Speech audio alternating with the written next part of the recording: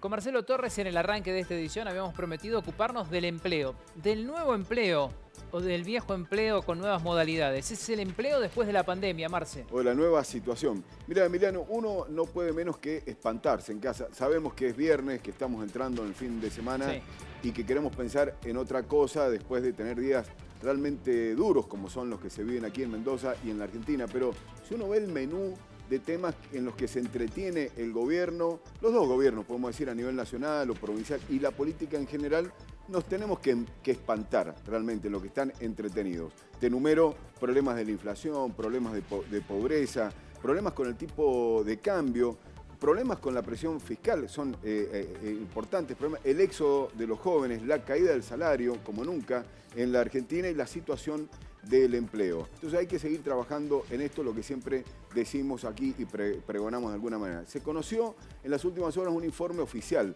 del INDEC sobre la situación del empleo y del trabajo, que no es lo mismo, del empleo y del trabajo en la Argentina, comparado los últimos 3 meses del año que terminó con los últimos 3 meses del año de la pandemia, podríamos decir aquel 2020, y se nos dice que creció el trabajo en la Argentina el 8% comparado un año con el otro. Pero hay algunas debilidades que las vamos a ir comparando. Por ejemplo, ¿qué pasaba antes de la pandemia? Teníamos más puestos de trabajo y teníamos un poquito de mejor calidad. Hoy tenemos más puestos de trabajo y ya vamos a ver por qué con menos calidad. Antes de la crisis teníamos un 45% de trabajo en negro e informal en la Argentina y vamos a ver que la situación se está agravando pese a que tenemos más empleo. Vemos una placa más, donde ahí vamos desagregando que en el último trimestre del año pasado creció. Esto fue a lo que le fue bien a la Argentina. Creció el empleo público. Irónicamente decimos que le fue bien. Tenemos más trabajo no asalariado. ¿Y cuál es el trabajo no asalariado? El monotributista, el cuentapropista, y tenemos más trabajo no registrado. Aquel 45% que teníamos antes de la pandemia de trabajo no registrado, trabajo en negro, se ha incrementado.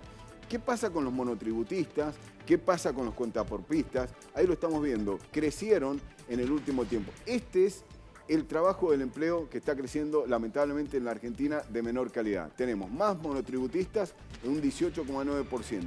El cuentapropismo ha crecido un 11,1% y el trabajo registrado se ha incrementado en un 2,4%. ¿Mejoró la situación? Poco mejoró, tiene que mejorar mucho más e incluso para llegar a los niveles de prepandemia. El resumen es esto, lo que te decía al comienzo del informe, un 8% más de trabajo que en el 2020. Y por último, las debilidades que tiene todo este sistema. Es un sistema débil, bastante precario. El trabajo es de menor calidad. Y fíjate vos, acá hay un fenómeno que surgió en los últimos tiempos en la Argentina.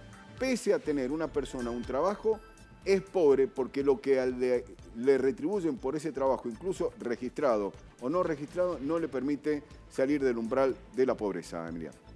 Muchas gracias, Marcelo. Hasta luego.